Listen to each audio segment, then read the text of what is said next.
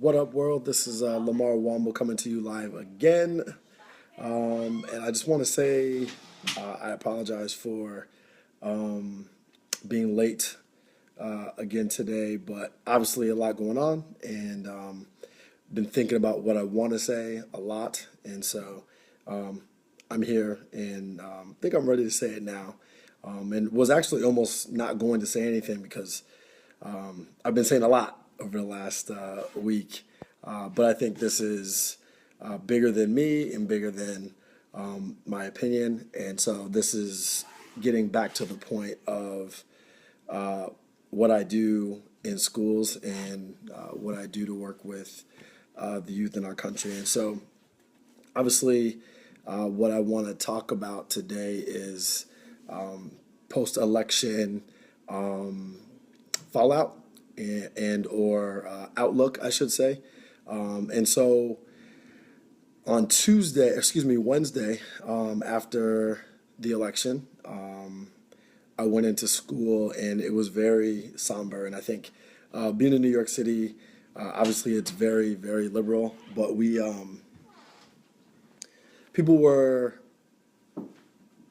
clearly sad and upset and somber, and you could just tell that there was a weird vibe in the school. And at that moment, I just kind of thought to myself, like, there has to be something that we can do to give people some space here to kind of just share their feelings. And that was really what my point was. And really, for good or bad or anything in between, if you felt an opinion or had a feeling about the election, that it was such a sad day at school, you could just see it on people's faces, that I thought it was valuable to give people space to just share their feelings and their concerns. And so what we did was, and this is something that I think you can do with anything that is tough on people and their feelings and their experience. And in this particular case, the election of Donald Trump, for some, it was traumatic. And, some people don't understand that, and that's fine. But what I just want to be very clear about is that, like, for some people and their experiences, the election of Donald Trump scared them. Just like on the opposite side, the election of Hillary Clinton could have scared them. But what I know is that I had students that were crying. I had students that were scared, and it was visible, and they were verbalizing it. And so all I did was is I went around to all the classrooms and said, hey, after school, we're going to be having a forum for you to kind of just decompress any feelings that you have about the election. And we, instead of like having people come in and just kind of rant, something very simple that we did is we took post-it notes, and something you can do as well. And I gave people three prompts. The three prompts were, how are you feeling right now? What can you do?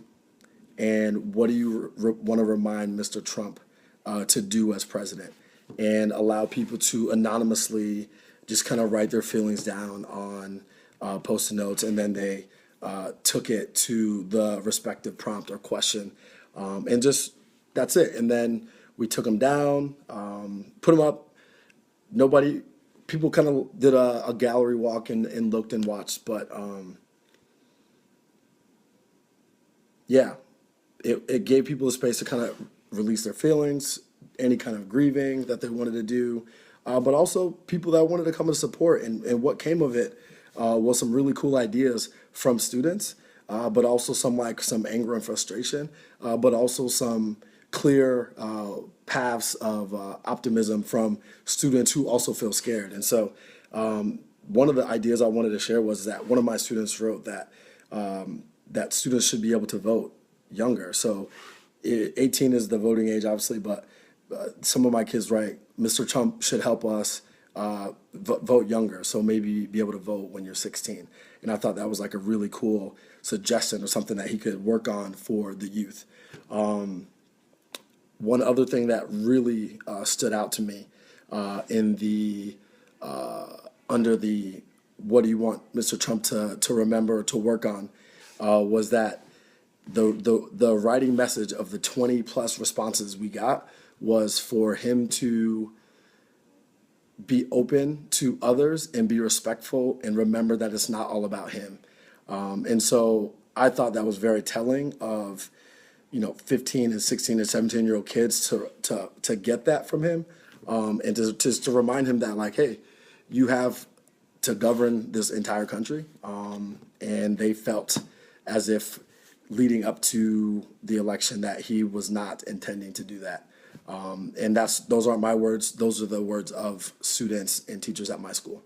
And so for yourselves, if you want to motivate your kids this election season or post-election, let's remain unbiased in how you give them prompts. And I feel like my prompts were very not biased towards like anti-Trump, but just giving people space to share their feelings, good or bad, pro-Trump or anti-Trump, but just to be able to share. And like I said, any experience that people have, you can do something similar and use that to share with other people, or at least let people decompress.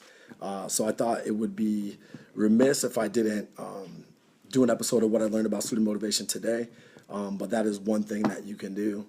Give prompts, use Post-its, and give people an anonymous space to share their feelings